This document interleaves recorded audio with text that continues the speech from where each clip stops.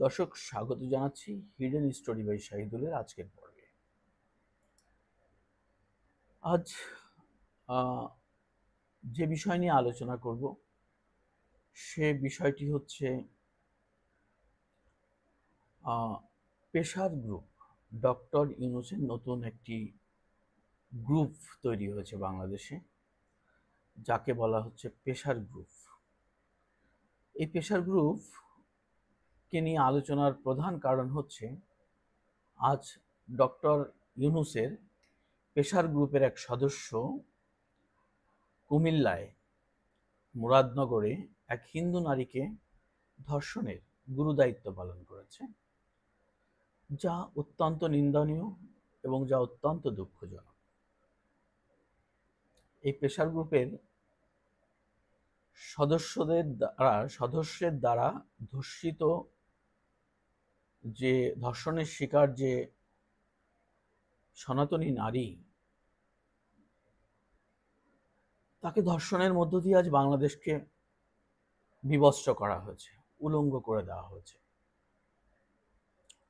বাংলাদেশে আজকে সত্যিকারেই যে বাংলাদেশটা উলঙ্গ হয়ে গেছে, বাংলাদেশটা ল্যাংটা হয়ে গেছে, করে দেওয়া হয়েছে, এটি আজ প্রমাণিত হয়েছে।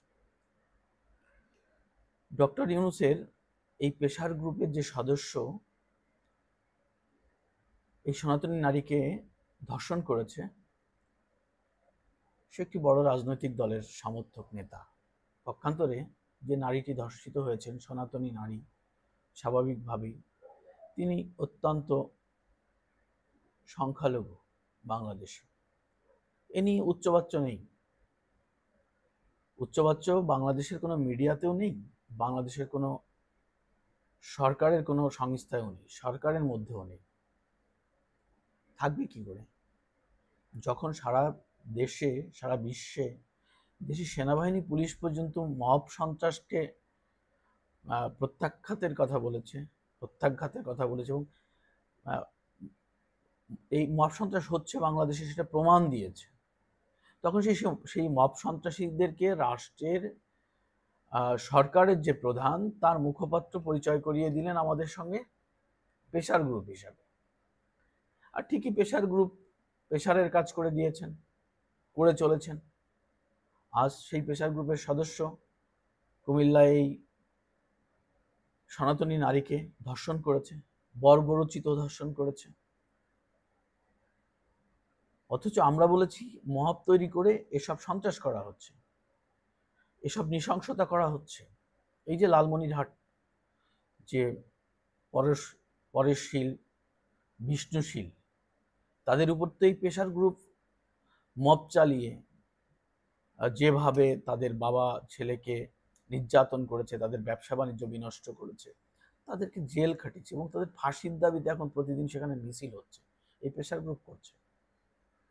পেশার গ্রুপ ঢাকায় পেশার তৈরি করলো, সরকার একটি জলজান্ত মন্দির ভেঙে চুরমার করে দিল। সেখানে থাকা মানুষের বিশ্বাসের জায়গা, ধর্মের বিশ্বাসের জায়গা, তাদের প্রতিমা, তাদের যে বিগ্রহ, সেটিকে গুড়িয়ে দিল পেশার গ্রুপের কারণে। এই পেশার গ্রুপ কি না করছে? এই পেশার গ্রুপ সেই মুক্তিযোদ্ধাদের গলায় জুতার মালা পরিয়েছে।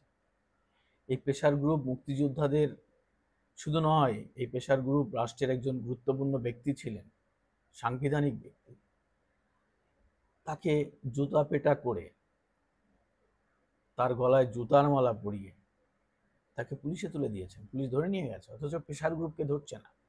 ধরবে কেন? রাষ্ট্রই তো বলছে যে পেশার গ্রুপ, তারা পেশার দিয়ে রাষ্ট্র পরিচালনা করছে। কি একটা বোকাচোদা রাষ্ট্রে আছি আমরা! কাদের নিয়ন্ত্রণে আমরা আছি যে পেশার তৈরি করে রাষ্ট্র পরিচালনা করছে? আর ওনারা বাল ছিঁড়ছেন, ওনারা মানুষের বাল ছিঁড়ছেন রাষ্ট্র পরিচালনার নামে। পেশার দিয়ে করা হচ্ছে। শুধু এই যে পেশার গ্রুপের প্রবক্তা, এই ইউনূসের যে প্রবক্তা, প্রধান প্রবক্তা শফিক, সে এ কথা বলার, এই প্রেশার গ্রুপের কথা বলার ঠিক একদিনের মাথায় হেফাজত ইসলাম সে একই সুরে বলেছে যে মব সন্ত্রাসী বলা হচ্ছে, জঙ্গি বলা হচ্ছে, এটা ঠিক না, এরা প্রেশার গ্রুপ। একটা রাষ্ট্র চলছে প্রেশার গ্রুপ দিয়ে। এই প্রেশার গ্রুপ মানুষ পিটিয়ে মারছে, বাড়িঘর জ্বালিয়ে দিচ্ছে, শিল্প কলকারখানা মানে ধ্বংস করছে, ব্যবসা প্রতিষ্ঠানে আগুন দিচ্ছে, আওয়ামী লীগের নেতাকর্মীদের বাড়িঘর তো তারা জ্বালিয়ে দিয়েছে, তাদেরকে গৃহছাড়া করেছে, তাদেরকে মিথ্যে মামলা দিচ্ছে, কথিত হত্যা মামলা দিচ্ছে, হাজার হাজার মামলা দিয়েছে। অথচ তারা আইনের ঊর্ধ্বে চলে গেছে, তারা আইনের ঊর্ধ্বে, তাদের বিরুদ্ধে কোনো ব্যবস্থা নেই। এবং এ পর্যন্ত কি শুনেছেন কোনো প্রেশার গ্রুপের কোনো সদস্য গ্রেপ্তার হয়েছে? হয়নি, হবেও না। কারণ এই প্রেশার গ্রুপের তত্ত্বাবধান করছে, এই প্রেশার গ্রুপকে পরিকল্পিতভাবে সাপোর্ট দিচ্ছে, বা এই প্রেশার গ্রুপটা তৈরি করেছে সরকার, রাষ্ট্র। এই রাষ্ট্র এই প্রেশার গ্রুপটা তৈরি করেই মূলত রাষ্ট্র পরিচালনা করছে। কত এই প্রেশার গ্রুপটা মানে বাবা মায়ের গায়ে হাত তোলা ছাড়া এখন পর্যন্ত এই প্রেশার গ্রুপ সবই করেছে। আমরা প্রথম দিকে শিক্ষকদের গায়ে হাত তুলতে দেখেছি, তাদের গলায় জুতোর মালা পরাতে দেখেছি। অর্থাৎ এই প্রেশার গ্রুপকে নিয়েই মূলত এদের রাজনীতি, এদের সরকার পরিচালনা এবং এদের আগামীর পরিকল্পনা। কিন্তু এই প্রেশার গ্রুপকে আর চলতে দেওয়া ঠিক হবে না। একটু শক্তভাবে আসুন, প্রতিবাদের জায়গা তৈরি করে ঘুরে দাঁড়াই।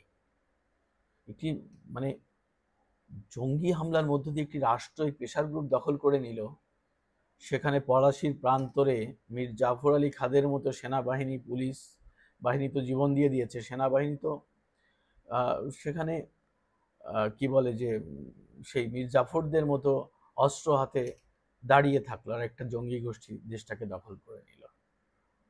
আর সেই প্রেশার গ্রুপ দেশ চালাচ্ছে, সেনাবাহিনী চেয়ে চেয়ে দেখছে। তো রাষ্ট্রের আর কারোর প্রতি আস্থা আনার আপনার আমার কোনো সুযোগ নেই। এখন এই প্রেশার গ্রুপের হাত থেকে মানুষকে বাঁচতে হবে, বাঁচার উপায় খুঁজতে হবে, এদের হাত থেকে বাংলাদেশটাকে রক্ষা করতে হবে। এটা আবার জ্বলে উঠতে হবে, আবার চলতে হবে। আমাদের ফেরার একমাত্র পথ 1971, আমাদের ফেরার একমাত্র পথ মুক্তিযুদ্ধের চেতনা।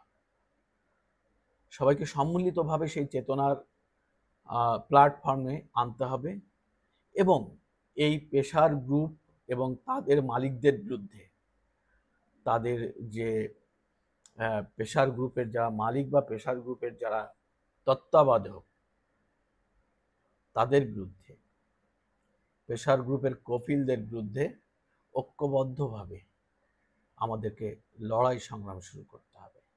না হলে দেশ বাঁচবে না, বাংলার নারী বাঁচবে না, বাংলার শিক্ষক বাঁচবে না, বাংলার মানে কেউ বাঁচবে না, কাউকেই এরা বাঁচতে দেবে না। এবং মুক্তিযুদ্ধ তো এদের প্রধান টার্গেট, মুক্তিযুদ্ধের চেতনাটাকেই প্রধান টার্গেট এদের।